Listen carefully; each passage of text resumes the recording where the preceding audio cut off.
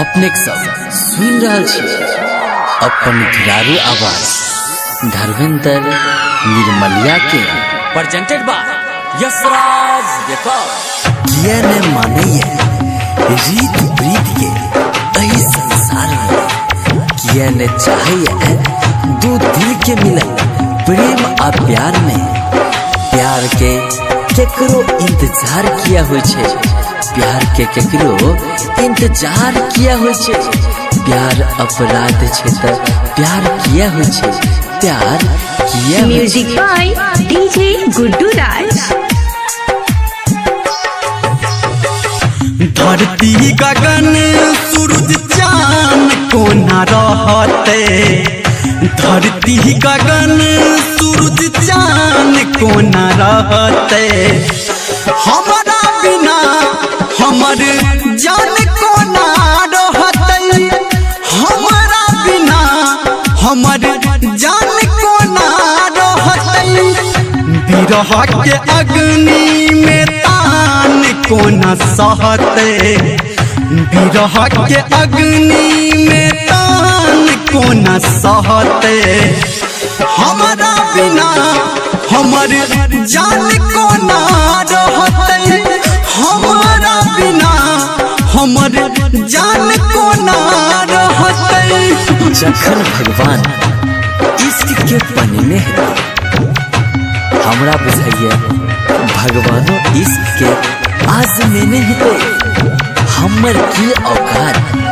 हमर की औकात इश्क का हुनको कनेने हेते हुनको कनेने हेते। DJ good Madhubani DJ good Madhubani DJ good Madhubani DJ good Madhubani. प्यार के हीरो हम छी रांझा दुख सुख सहबै के साँझा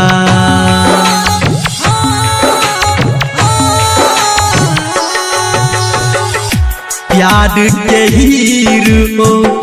हम छी रांझा दुख सुख सहबै के साँझा यार के अपना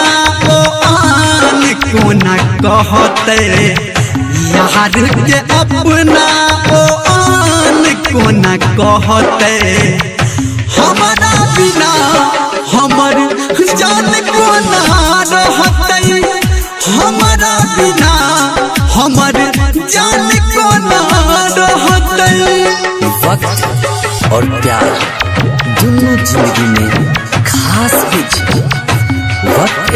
आ प्यार दोनों जिंदगी में खास हो छे वक्त केकरो ने हो छे भाई साहब आ प्यार सब के संभव नहीं हो छे सब के संभव नहीं हो छे। DJ good Madhubani DJ good Madhubani DJ good Madhubani DJ good Madhubani.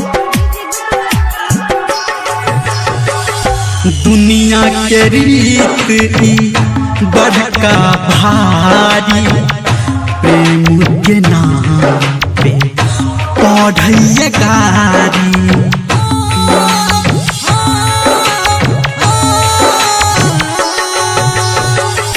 दुनिया के रीत बड़का भारी प्रेम के नाम पे पढ़ैया गारी टुकड़ा करे जक आकान कोना कहते टुकड़ा करे जक आकान कोना कहते हमारा बिना हमर जान कोना रहते हमारा बिना हमर जान कोना रहते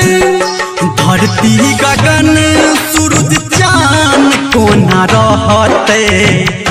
धरती गगन सूरज चांद कोना रहते हमारा बिना हमर जान कोना रहते हमारा बिना हमर जान कोना रहते बिरह के अग्नि में तान कोना सहते विरह के अग्नि में तान कोना सहते हमारा बिना हमर जान कोना रहते हमारा बिना हमर जान कोना रहते presented by Yasraj Record.